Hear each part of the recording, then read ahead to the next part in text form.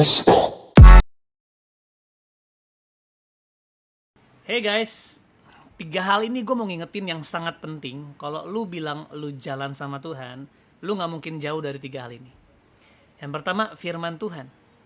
Alkitab bilang bahwa firman Tuhan itu pelita bagi kakiku, terang bagi jalan-jalanku. Jadi mustahil kita bilang kita ikut Tuhan. Jesus is the word. Yesus adalah firman yang menjadi daging, menjadi manusia. Dan kita bisa lihat perjalanan Tuhan Yesus, bagaimana apa yang difirmankannya. Kita ikut Yesus itu bukan ikut agama, kita ikut Yesus bukan ikut sebuah kegiatan, kita ikut pribadi, kita ikuti suaranya, tuntunannya. Yang pertama, firman Tuhan. Yang kedua, hadirat Tuhan. Tuhan itu mati gak bikin dosa kita hilang.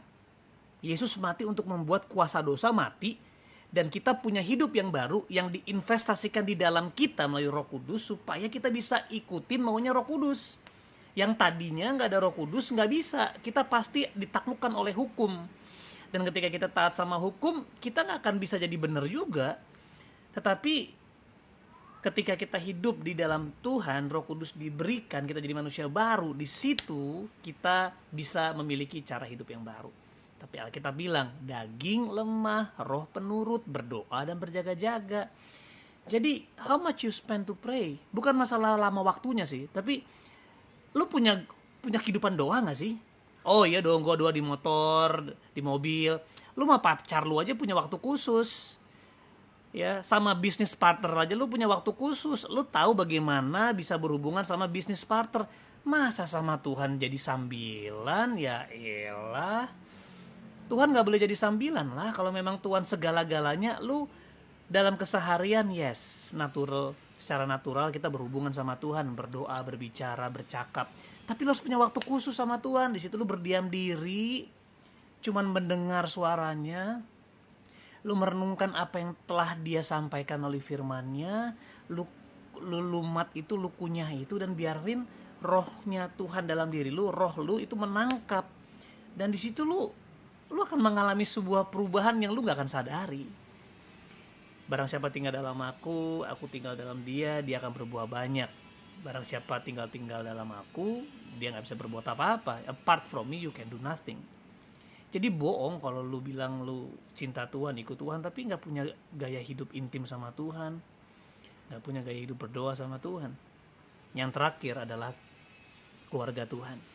Mustahil lu bisa bertumbuh dewasa tanpa keluarga Tuhan. Gue cinta Tuhan loh, tapi gue gak cinta persekutuan. Ngapain sih mereka gak bisa dipercaya? Nah, Alkitab bilang bahwa kasih believe all things.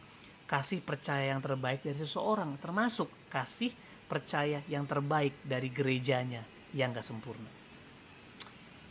Jadi teman-teman, gue mau ngingetin bahwa ayo mari kita sama-sama sungguh-sungguh ikut Tuhan. Bukan ikutin maunya kita, bukan jadikan Tuhan kayak gunung kawi. Lu minta-minta Tuhan untuk penuhi apa yang lu mau doang. Tuhan itu bukan jadi kayak door prize gitu buat hidup lu. No, Dia sudah kasih semua.